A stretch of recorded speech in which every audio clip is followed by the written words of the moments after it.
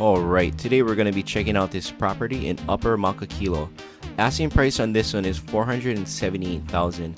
Now that makes it the lowest price unit in the complex. Great opportunity for any buyer. Now this property has 2 bedrooms, 1 full bath.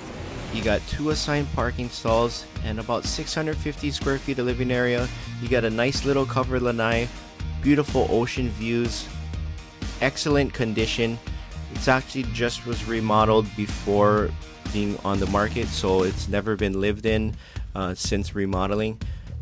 If you'd like to view this property or any others, please reach out to me through the link in my bio or by going to bottomrealestate.com. I hope you enjoyed the tour and have a great day. Aloha.